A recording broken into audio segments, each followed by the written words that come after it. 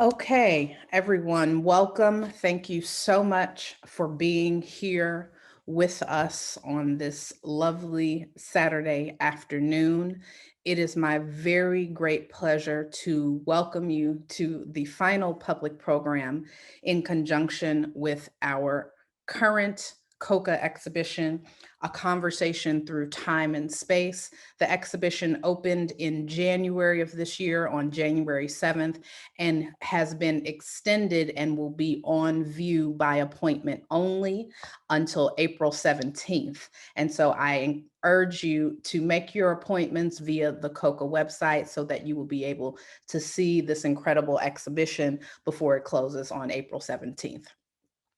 Today's program features Reiner Waldman Adkins, the son of Selma Waldman, who was our feature artist in the exhibition. And today's talk, we're really going to focus on the trajectory of Selma Waldman's life, as well as works that could not be included in the exhibition, but works that have been selected by myself and by Reiner that really show the breadth of Selma's practice. And we hope to be able to get into some of the more profound aspects of her practice, her influences, her inspirations, her travels, and how they were sort of played out on the canvas, shall we say, from the point at which she started painting through almost the moment of her transition. And so I want to introduce our esteemed guest, Reiner Waldman Adkins, and share a little bit with you about Reiner. Reiner Waldman Adkins is an educator, artist, and activist, and the son of renowned Seattle artist Selma Waldman. Adkins is trained as a figurative draughtsman and painter with a background in community muralism. He connects modern experience and activism with Jewish artistic and wisdom traditions through teaching and art. He manages an educational and care program partnered with the Seattle Public Elementary Schools on Beacon Hill, as well as his home art studio. Adkins has a long history as an activist for peace and justice, locally, nationally, and internationally. Last year, he was a core organizer for 13 weeks of racial justice vigils in Seattle's Columbia City neighborhood. In 2017, he traveled with the Center for Jewish Nonviolence to Israel and Palestine doing solidarity work, returning Palestinian families to the homes from which they had been evicted.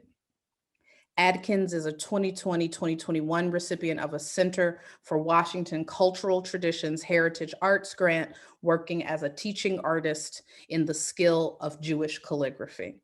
He is committed to preserving the vision of Selma Waldman's art, a continuously relevant expression of the struggle for justice and dignity. Adkins holds a Bachelor of Fine Arts from the Cleveland Institute of Art and a Master of Fine Arts from the University of Washington, where he had the privilege of working with the esteemed artist Jacob Lawrence as his graduate advisor. And so, without further ado, it is my great pleasure to welcome Reiner Waldman Adkins as our esteemed guest, and we will get started. Just before we get started, I want to let you guys know that this program is being recorded and the chat will be saved. Feel free to post your questions in the Q&A box. And after we have had our initial round of a discussion, about 25-30 minutes, we will then go to questions and field your questions in the order that that we have received them. And so just wanted to let you know that. Reiner, welcome. Thank you so much for taking us up on this offer of a yet another program probing deeper rather, I should say, into the work of Selma Waldman, which obviously you are very acquainted with, and you have been almost single-handedly responsible for upholding and promoting and keeping visible the legacy of Selma. And so I wanted to start, and I'm going to get our presentation here, which will be playing on a loop in the background. I wanted to start with just a conversation of Selma's early life and artistic explorations, as well as perhaps influences and directions. Thank you very much for this opportunity and for the support that CoCA has shown for representing her work. And I want to say that it's especially poignant to be having this discussion now for our family, because in the tradition, this is her yard site week, the week of the anniversary of her passing. And so it's good that this is our final discussion for the show. No, we're so happy, and you know, that is fortuitous indeed to be able to honor her in the week that honors the anniversary of her passing. And so thank you for mustering the resolve to be with us. And so if we could start by just sharing that which you have learned, what you know, but also what you experienced through conversations with your mother about her early artistic years.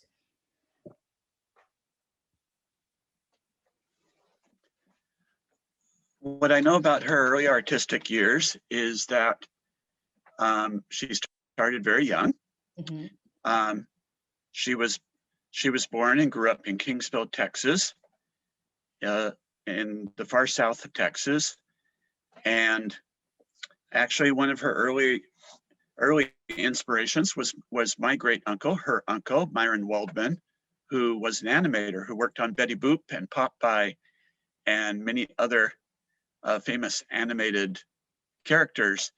And I actually have her autobiography from 8th grade where she depicts herself a la Betty Boop, and she declares her intent to become an artist. She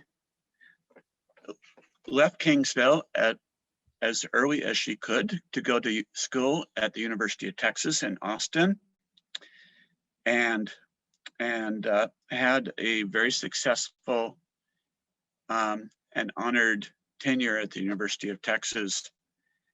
And then you can see a photograph right here of her as a young child. One of the things about growing up where she did, they were the only Jewish family in town. And I was always bemused by hearing my mother talk of herself as being an ugly duckling. And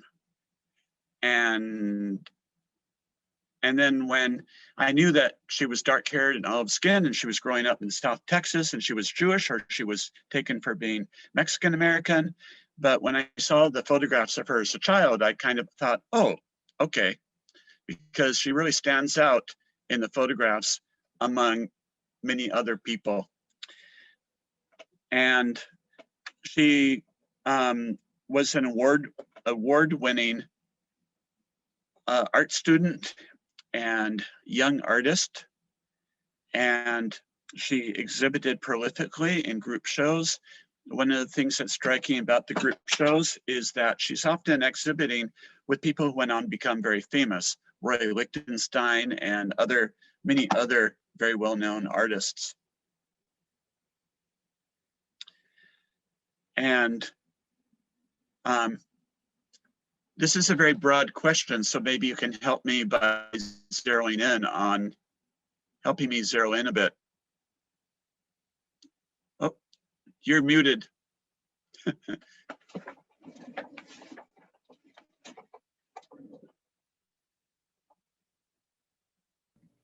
Oh, sorry about that. The technology has been a challenge these past several days. Nonetheless, I remember in some of our previous conversations, you talked about some of her early influences, and one influence that you mentioned that stuck out in my head was Tamayo.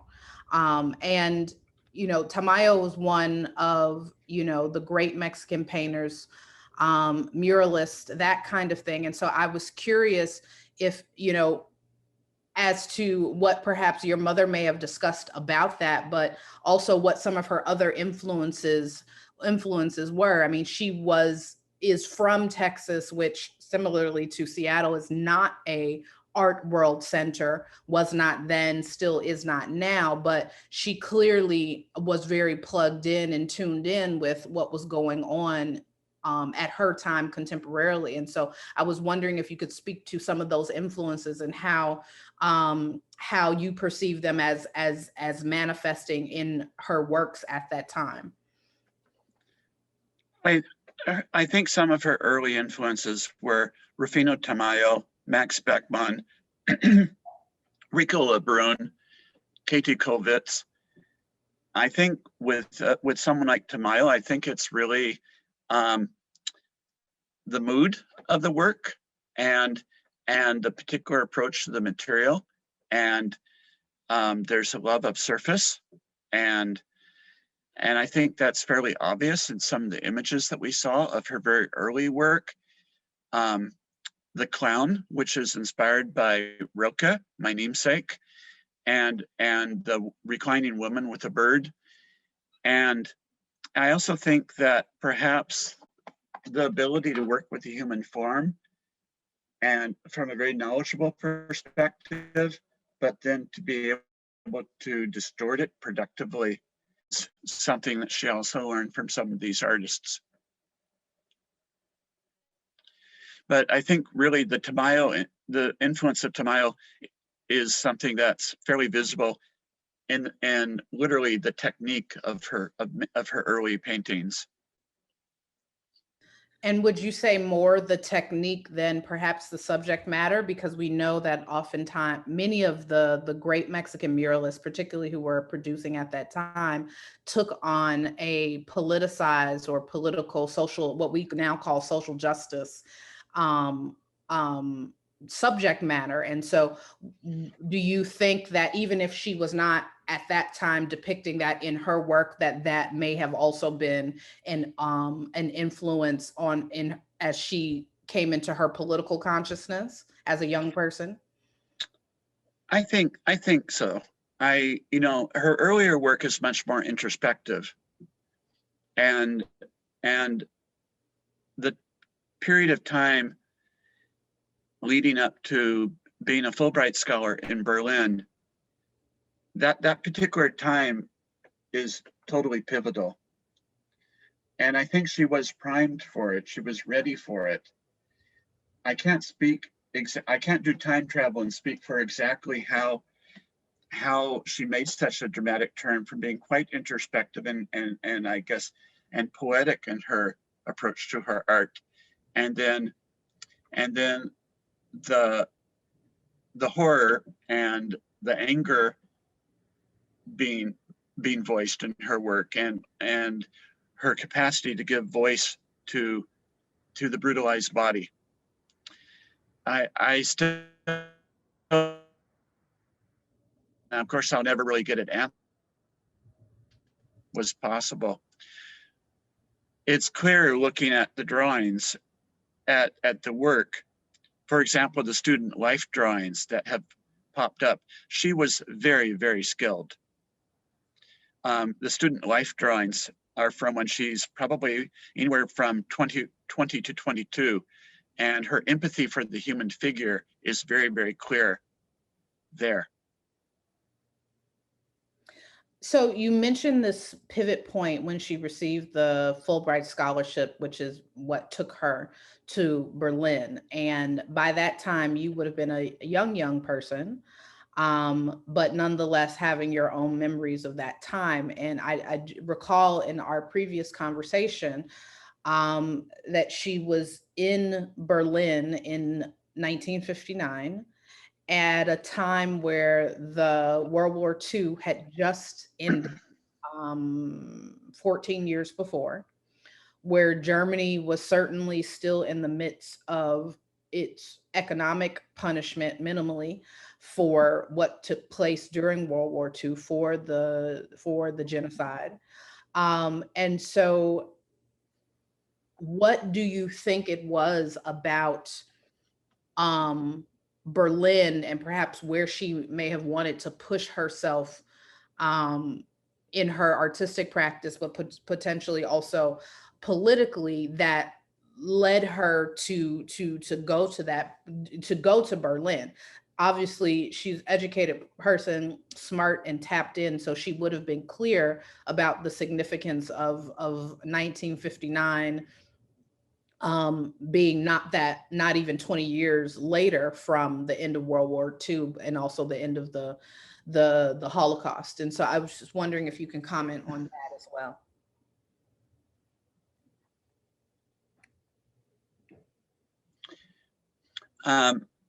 My internet just got choppy. Can you repeat the very last part of what you said? Yeah, no, just if you could comment on your insights as to this pivot that found her, you know, a recipient of this scholarship, but then specifically deciding to carry out her research in Berlin in a time period that was not even 20 years after the end of the World War II, as a Jewish woman who just 15 years before, 14 years before, might have found herself in an extremely dangerous and different situation at the end of World War II. And so I'm wondering if, you know, in your insights and your experience in sitting with her work that came particularly subsequent to the period in which she was in Berlin, if you can speak to any impact that may have had on her practice, but also potentially on her politicization. I wonder how sheltered she had been growing up. There's a reasonable chance that she would have been protected from the really visceral knowledge of the Holocaust.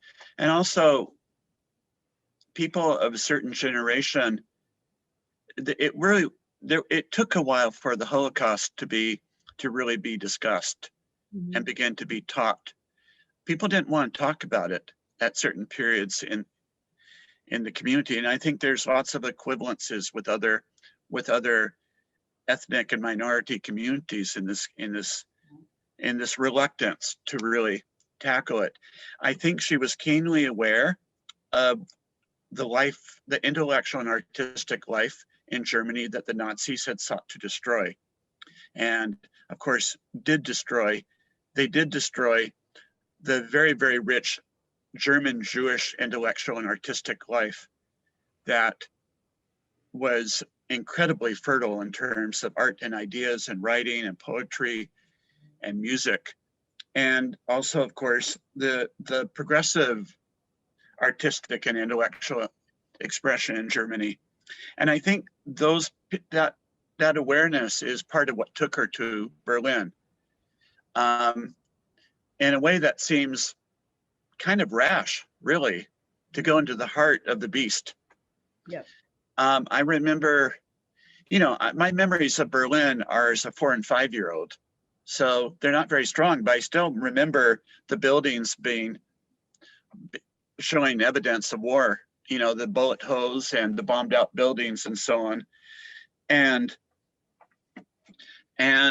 I think that for her, that probably was a shock. And there was a particular film she talks about.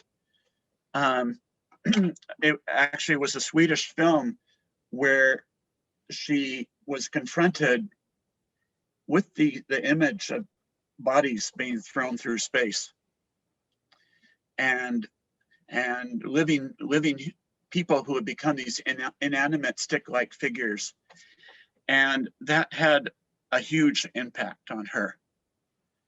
And I think also probably intersected with the experience I talked about growing up in South Texas as a member of a minority group and not fitting into conventional American ideas of big, blonde, busty beauty.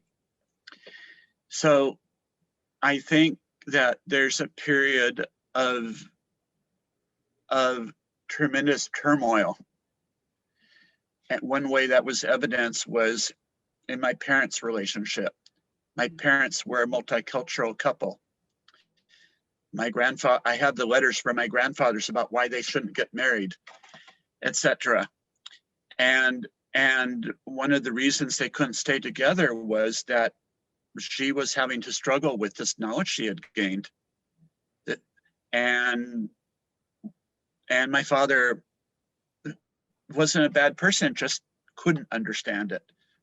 Couldn't understand why he was becoming a representative of the system that she was finding herself in opposition to. And that's a whole complicated story, but it represents a period of great growth and great turmoil and pretty incredible work.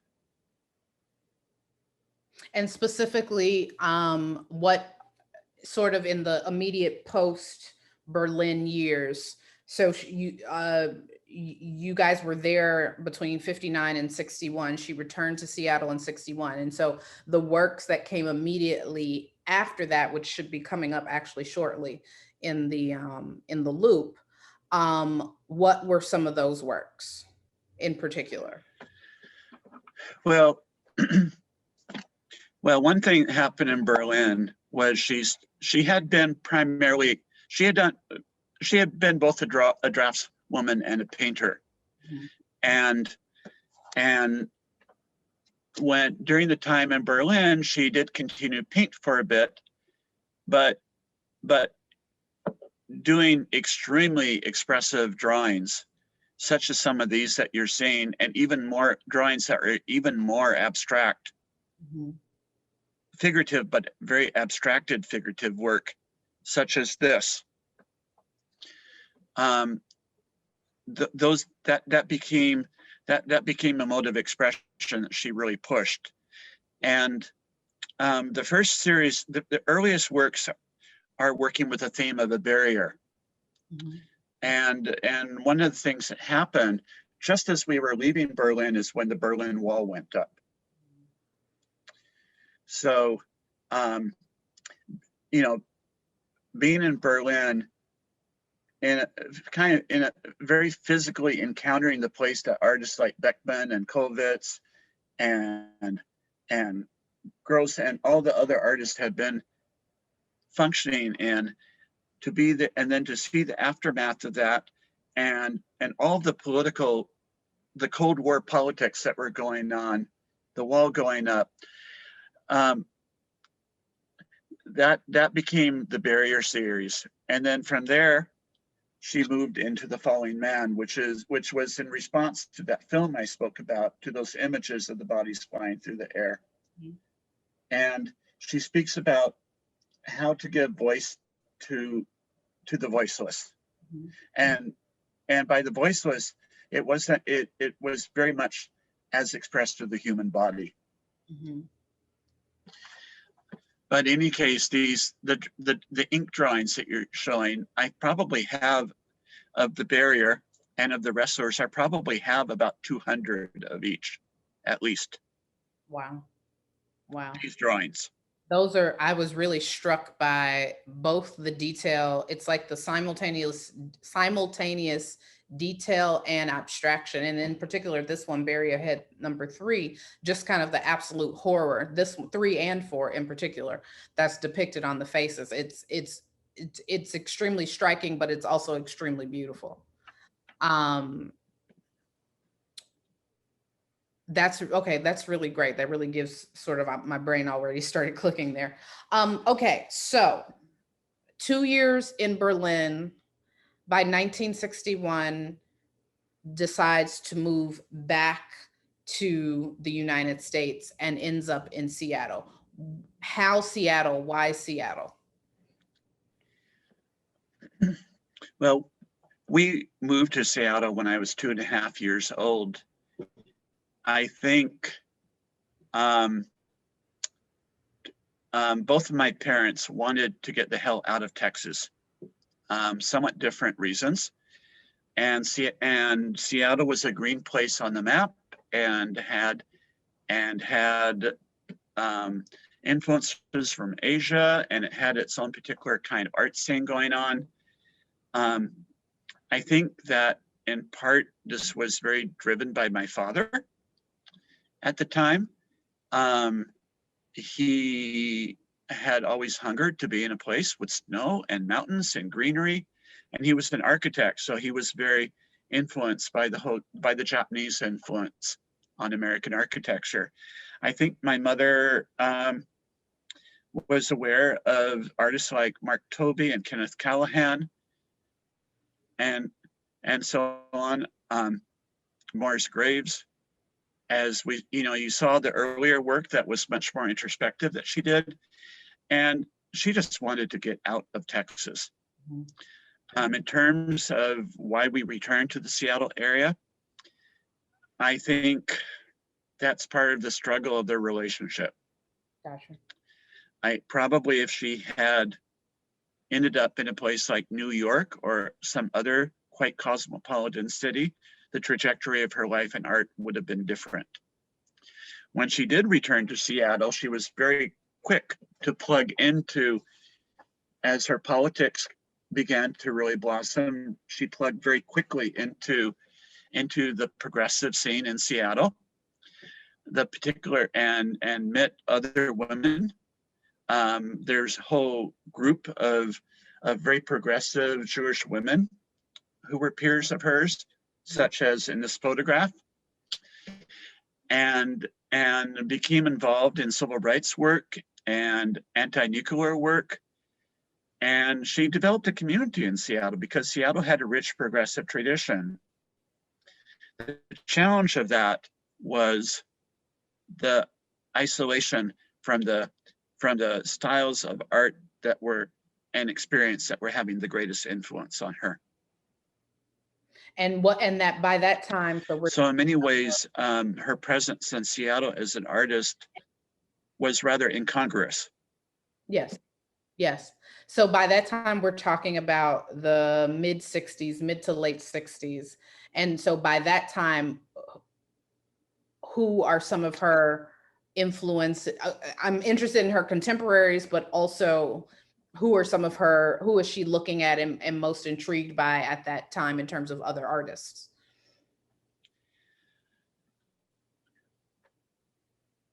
I don't think that she's necessarily studying a lot of contemporary artists in terms of an influence. The German Expressionists and Katie Kollwitz in particular continue to be major influences on her. And as much of regarding the role of the artist as a witness and as a voice giver as anything else, but also technique. She certainly admired Rembrandt's work very greatly, Rembrandt's drawing capacity, and also Goya and Ribera. I have a painting that I have works that are her interpretation of Rembrandt and Ribera's work in particular. And so she did interpret those artists through her own particular technique. She very specifically became much narrower in her use of technique and really identified herself as someone who drew. And she speaks about the power of the charcoal as being something that can break so easily and so elemental, but then can be used in such a delicate and yet powerful way. So in terms of direct influences, I think she's pretty much an independent force in terms of her sense of representing a tradition of art playing a particular role, and particularly as drawing as a very honest way to interpret the world and speak to what's happening in the world. She's channeling from quite a ways back. Got you, definitely. So there's this increasing politicization, which I think you've provided a really solid foundation for us to think about and depart from. But also, how is her engagement in these years from the mid to late 60s and maybe onto the 70s and early 80s then with the Seattle art community? There are people in the Seattle art community who are good friends and supporters. I especially want to call out people like David Allison and Philip Levine, and other artists who really understood her skill and her commitment. but I think she has an uneasy relationship with the art scene here because of the nature of her work. It's very disturbing work. It's horrifyingly beautiful work. And she became increasingly frustrated with the difficulty that the art scene in Seattle had in grappling with her work. And she did pull herself back around 1971. She very specifically pulled herself back from participating substantially in the gallery scene here. She did participate in shows. There was a show at the Frye Art Museum, for example, in later years, shows around the country. There were occasional galleries that she worked with. Tellingly, most of them were galleries that were in many ways cooperative galleries.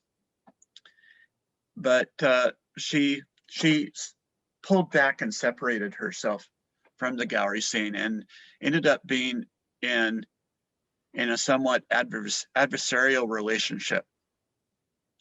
And she had a fine gift of rhetoric. I still have her booklet about the hammering man. She called it Nailing Hammering Man. It's a scathing critique of that particular piece. And one of the things she mentions in it is she went out and she talked to her carpenter friends, her tradespeople friends, and she asked, "Can you hammer anything like that?" And they said no. And that was the basis, that was part of the foundation of her critique of that particular piece. So I mention that because she's always was very concerned with how the body actually could function, even when she was distorting the body. And she felt passionately about being honest about that. That's incredible. I love anecdotal stories like that, and I was hoping that at least one would come out. So thank you so much for sharing that. So the increasing politicization, which it's it's unfortunate, I should say, that that was a deterrent for the community at that time. But you did make mention earlier of a group show that she participated in with quite some sort of big names. And so I was wondering if you could share a little bit about that show, where it was and who was in it and how her work was received as a part of that group show. Oh, you're testing my memory here. Young artists at the time would submit their work to regional shows. She was in the particular thing I'm thinking about, the particular exhibition I'm thinking about, where I noticed who she was, that Roy Lichtenstein was one of the other participants, was I think at the Denver Art Museum.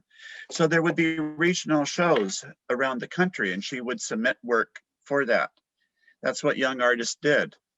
But unfortunately, I can't really dig into that too deeply without having, I should have had her CV in front of me at this moment. I'm sorry I don't. But she was really earnestly participating. And so there was a level of activity then that transcended Seattle. And so she was constantly making, but she also was engaged, at least regionally, on the exhibition circuit, so to speak. Yes, absolutely.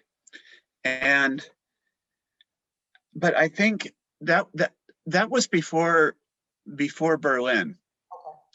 And I think that after Berlin is when she's very driven by a particular sense of purpose. Mm-hmm. to represent the toll of oppression on the human figure. Mm-hmm.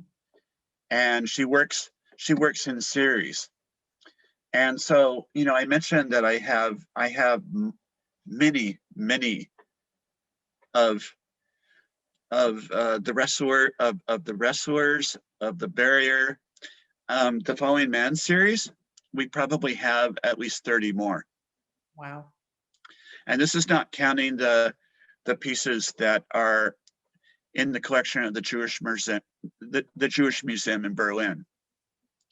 So the Man and Bread series that's represented by these, again, there are dozens of pieces.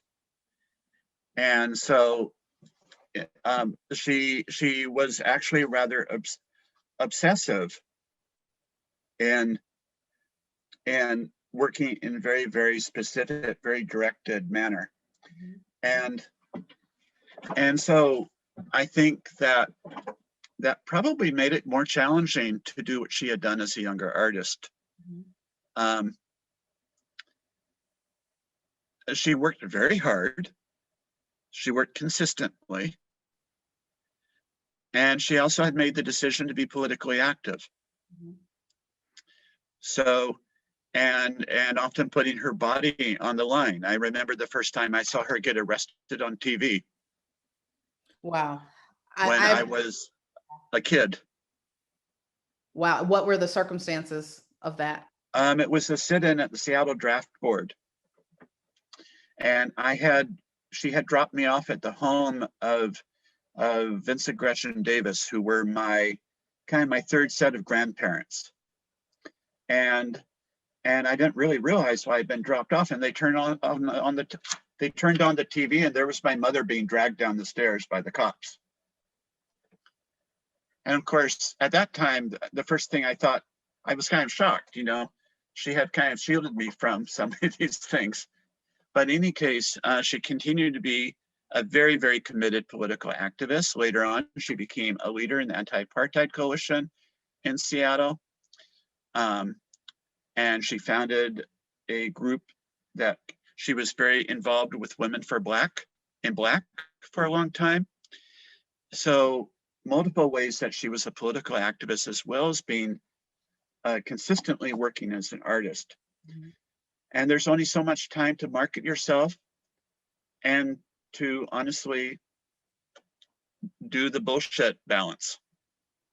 Yes, I completely understand.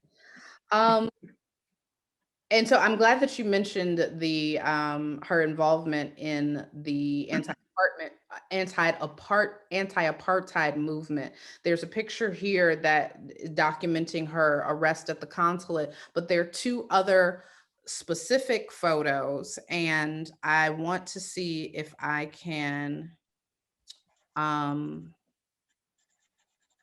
adjust the presentation here so that I can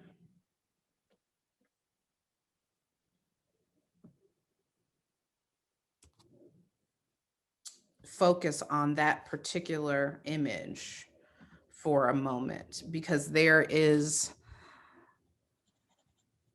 is documenting the arrest, but then there are these images from the 70s and this one from 1982. And so I was wondering, are these in connection with any specific experience with South Africa, or in connection to her work with the anti-apartheid movement? She developed long distance relationships with activists in South Africa, including Dennis Brutus, and did a lot of work that was responding to South African poets and the South African experience in general. There's a detail of a work by hers, which I believe is in the National Museum of I'm trying to remember the name of it exactly, the National Museum of American Women Artists in DC. But in any case, of the woman holding the small casket with this very simplified toy on it. She didn't do a lot of work responding to South Africa, but the work that she did is very, very much the precursor to the later work wall of perpetrators that's represented in the show, because it shows how the violence that was directed against South Africans standing up for justice, but also the reality of this particular piece represents the reality of how Black South Africans were forced into the Bantustans, the homelands, also the so-called homelands, which were often very desolate places. Mm-hmm. So again, there's her sense of empathy coming through. And she did have a chance to meet some of these people as they traveled in the United States. Yes, this is the piece that's a response to the plight of people being forced into the homelands. And it's actually a full figure standing in a desolate landscape. And then she did have a chance to travel to South Africa finally. Mm-hmm. And that was a very powerful experience for her. And she does have art in the center, in the Mabouye Center, I believe in Johannesburg. Wonderful, wonderful. So I think at this point we will open up for questions. Anyone who has a question, please feel free to put it in the question box. I will start with the first one, which is how, in your estimation, did being read as an other impact her early work? When you and I talked earlier, I mentioned a particular essay that I think influenced her. And I have to be very contextual about it. I think when she first encountered it, made a lot of sense. And the circumstances of her life as a radical feminist Jewish artist became more complex as the community, as the world became more complex. Mm-hmm. And by complex, I mean more opportunities. But Isaac Deutscher wrote an essay, The Non-Jewish Jew, where he speaks about someone who left some of the strictures of the tradition, but was not allowed to assimilate into the dominant culture. And so they had to function within this interface. Mm-hmm. And he was asking why so many people of Jewish descent became revolutionaries, became universalists, and put out the idea that that's precisely because they couldn't fit in with strict tradition, but they weren't allowed to participate in the dominant culture. They had only one choice, and that was to point themselves towards the universal vision. And for her, I think it doesn't quite work that way, because she grew up so far from any center for Jewish culture and practice, but in South Texas. But she certainly had the experience of dealing with bigotry, and then not feeling quite able to fit into the established art world. Again, she charted her own path. She was in this interface situation. And that was accentuated by her becoming increasingly politically active and putting herself in a position of being someone who put her body on the line for purposes of solidarity with people engaged in struggle. Mm-hmm. I will say that she never really joined anything exactly, and she continued doing artwork all the time that was very archetypical. Okay. Very, very fundamental. Okay, wonderful. So I'm going to... And yes, my friend Shulamit said that she centered work that was a scathing critique and confrontation of war and violence. Yeah, no, I was just going to single that comment and question out. Would you care to speak particularly on the aspect of Shulamit's question that talks about the specificity of that violence, male violence in the later works. We touched on a little bit of that in the talk that we had in January, but I'm wondering if you wouldn't mind just expounding a bit on sort of that perspective, and how that may have carried through to the later works that were specifically anti-war and anti-violence. I think she spoke a lot about the culture of impunity. Mhm. And this is something that I quoted her about. I think it bears repeating. She speaks about reading the French radical Simone Weil, and who wrote, "Force is as pitiless to the man who possesses it or thinks he does as it is to his victims. The second it crushes, the first intoxicates." And I think that she began, her earlier work is about those it crushes, and then there's a transition to those whom it intoxicates. Mhm. And I think we're seeing this so much expressed right now in the language of toxic masculinity, and also a form of toxic individualism, where the power of the individual is irresistible to them, and the necessity to confront that. And her later drawings, which are so incredibly gestural,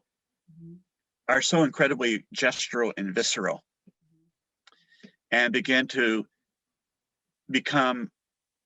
reflect the near abstraction of that early work, Mhm. right after Berlin. Mhm. But she felt that she had to represent the unthinkable. Yeah. Yeah. Yeah. Thank you, Shulamit, for that question. Another one of our attendees asks, during your time in Berlin, as you all were preparing to leave and return to the United States, was there ever a question of you being trapped in Berlin, particularly with the wall being erected or planning to be erected? No, I don't think so. And, she was a Fulbright scholar, and so that offered protection. And these Fulbrights, she was represented in art by other Fulbright scholars that was traveling Europe, Mhm. ironically representing the Fulbright Foundation as an exemplary example of American culture. But no, there was never any danger of being trapped in Berlin. Okay, thank you. Another question, amidst her work on social justice, how much time did she have actually to devote to her art? And how did she feel about navigating that balance? It's hard for me to imagine how she did it. I witnessed it. I don't think she slept much. I'm kind of laughing when I say that, but I'm rather serious. She was an activist, and she would stay up until 2 and 3 in the morning working in her studio. And in my childhood, my memories are of all sorts of people coming to the house. Draft resistors, Black Panthers, Stokely Carmichael visited, and being aware that she was out representing those struggles in the world, and then also the smell of fixative and opera music blasting until 3 in the morning from the studio.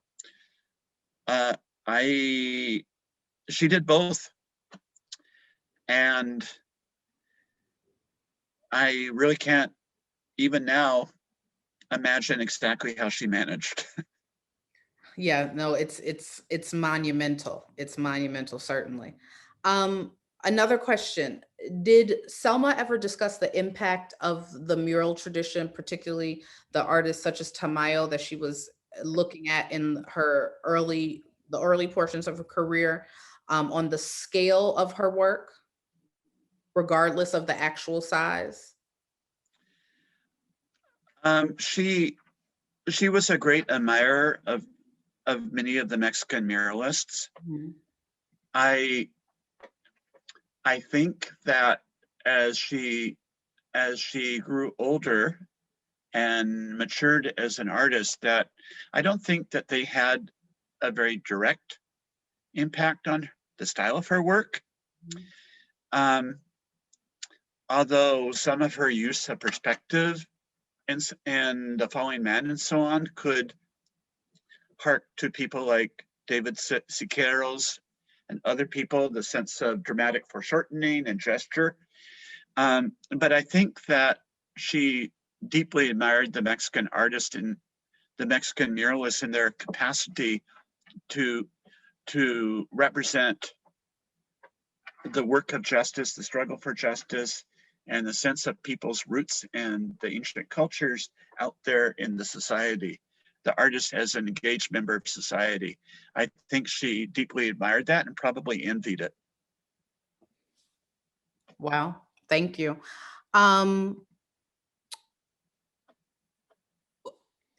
Sort of taking a step back, would you say that art as advocacy um, is too shallow a way to characterize the political impacts of Selma's work?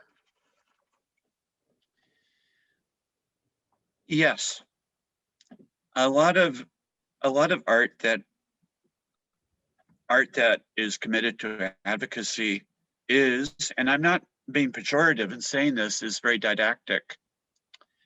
And I think one of the very powerful things about her work, her most successful work, is that it's so much dealing with archetypes of human suffering and oppression and violence. And when she tried to do work that was more advocacy, I Mhm. don't think it was her best work. And she didn't. She was scathing in her self-criticism. She did. I have her sketchbooks from when she did more illustrative work for books, including about liberation struggles in South Africa and in the Portuguese colonies of Southern Africa. And her commentary about "I'm not getting it right, I'm trying too hard here," is very poignant. Mhm. Um, and that's something that has really it really intrigues me that she was doing such specific work. For example, the Man in Bread, politically against the war in Vietnam, for civil rights struggles, dealing with South Africa, which became something she got involved in fairly early. Mhm. And that's when the Man in Bread series is being done, for example.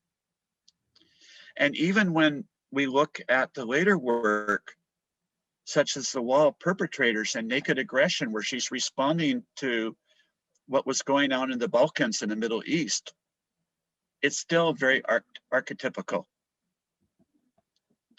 And I think that's part of its power, even while it's referring to the specific circumstance. It's a really, I think, incredible balance that she achieves. Wow. Thank you so much. I think that is a perfect note on which we can end. We are right at 6 o'clock. I want to thank all of our attendees for being here today. Thank you so much for sharing this time with us. Again, the exhibition is open until April 17th, which is a Saturday. We will be open by appointment only. Please feel free to book out all of our appointments for the duration of the exhibition. Reiner, thank you so much for this deep dive. It has been amazing seeing more of Selma's works and thinking about them along with the works that were in the exhibition. Thank you so much for your work, for your contribution, for continuing to keep her legacy in the forefront of not just Seattle, but just generally in the world. It's much needed and much appreciated. Again, thank you everyone for being here with us this evening. Have a great and safe rest of weekend, everyone. Take care. And thank you for this opportunity. It's really challenging representing your parent. I I appreciate the opportunity. I can only imagine. And thank you so much for being so generous of spirit. Thank you again. Take care, everyone. Bye-bye.